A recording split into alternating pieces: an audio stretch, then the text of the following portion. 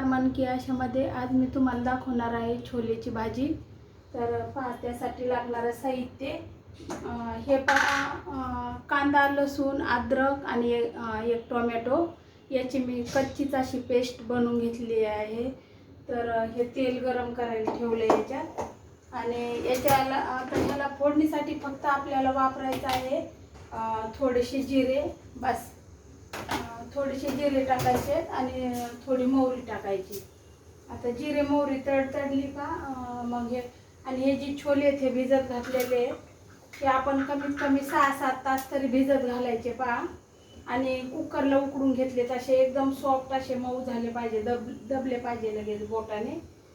छान असे कुकरला 2-4 शिट्ट्या घेऊन छान उकडलेत। अगोदर 7-8 तास तरी भिजत घालायचे आणि नंतर मग हे उकडून घ्यायचे छान मिक्सरमधून। आणि हा पहा कांदा खोबरं लसूण हे भाजून चांगलं वाटण ठेवलं होतं मी फ्रीजरमध्ये। तर हे थोडं मी वाटण वापरणार आहे म्हणजे अजून थोडीशी चव लागेल, त्याला टेस्ट येईल। आणि हा आपला घरगुती मसाला बनवलेला मिक्स सर्व गरम मसाले धने आणि मिरची लाल मिरची हे सगळं भाजून मी कायमचा मसाला माझा असतो नेहमीचा तोच मसाला आहे। तर चला आता जिरे मोहरी तडतडली तर ही जी पेस्ट बनवली आहे ना ही तर अशी छान अशी परतून घ्यायची आपल्याला। तेल खूप गरम होऊ द्यायचं, एकदम छान गरम होऊ द्यायचं।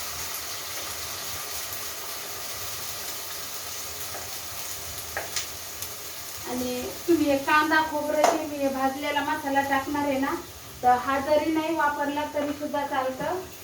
मग जास्त वाटण हे काढायचं, जास्त कांदा घ्यायचा, कच्चा कांदा टोमॅटो वगैरे जास्त घ्यायचं, याची जास्त पेस्ट बनवायची। आणि नुसतं ह्याच छोले बनवले तरी चालतात।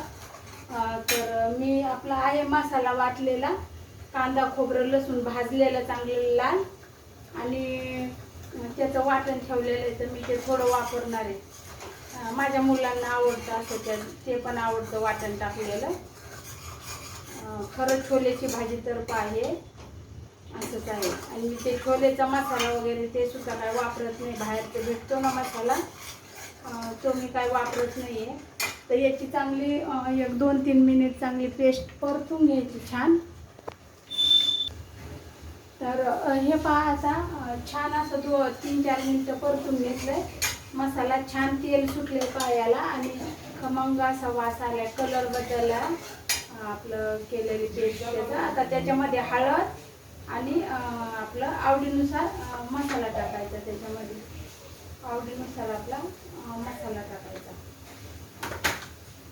आणि हे छान परत एकदा असं परतून घ्यायचं पहा। दिसत नाही वाटतं डोकं माझं। आणि मीठ टाकायचं याच्यामध्ये, चवीनुसार मीठ टाकायचं, लागलं तर परत टाकतो, थोडं कमीच टाकायचं आधी टाकताना। आता हा पूर्ण मसाला हा आपला जो मिक्स आपला लाल मसाला टाकलाय तो हळद मीठ ते परत एकदा छान असं परतून घ्यायचं पहा, चांगलं परतून घ्यायचं हे पण छान असं परतून घ्यायचं, खमंग असं ते भाजलं पाहिजे। मीठ वगैरे टाकल्यामुळं त्याला पाणी सुटतं का मसाल्याला।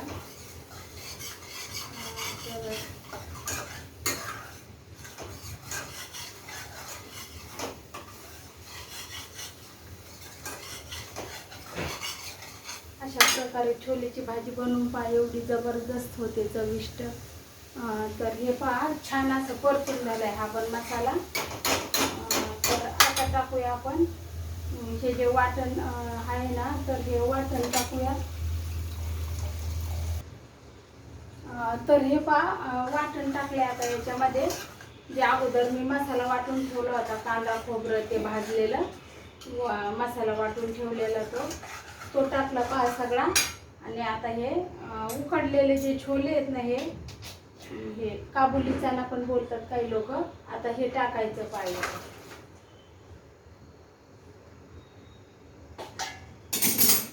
टाकून झालं का हे मिक्सरचं भांडं धुवून घ्यायचं सरपट.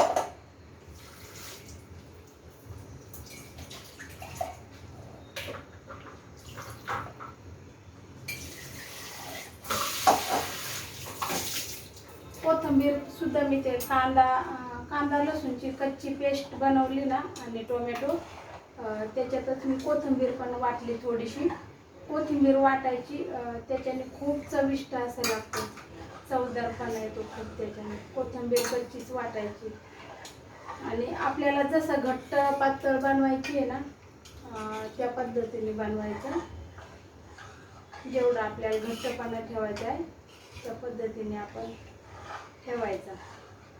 आणि आता याला छान अशी उकळी येऊ द्यायची, थोडीशी उकळी येऊ द्यायची आणि गॅस एकदम कमी करून ठेवायचा. उकळी आली की कमी करायचा गॅस. तर हे पहा आपली झाली आहे मस्त अशी झणझणीत अशी छान अशी छोलेची भाजी. तर ही पहा कशा प्रकारे झाली. तर हे पहा कशी छान तरी आली आणि कसली छान झणझणीत अशी छान झाली चविष्ट. हे पहा कसली घट्ट घट्ट झाली मस्त.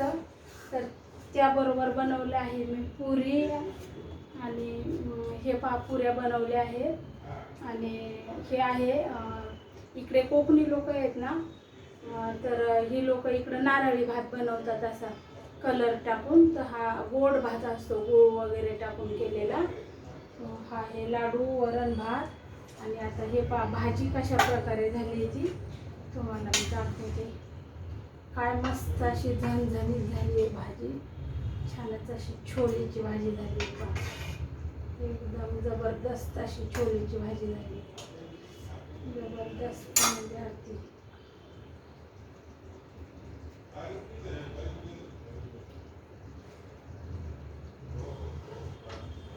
तर हे पहा कसं वाटते आजची डिश कशी आहे ती नक्की सांगा. हे पहा छोलेची भाजी वगैरे खूप छान झाली, असं नक्की तुम्ही बनवून पहा. तर धन्यवाद व्हिडिओ पाहिल्याबद्दल. कमेंट करून नक्की सांगा कशी वाटली ते व्हिडिओ.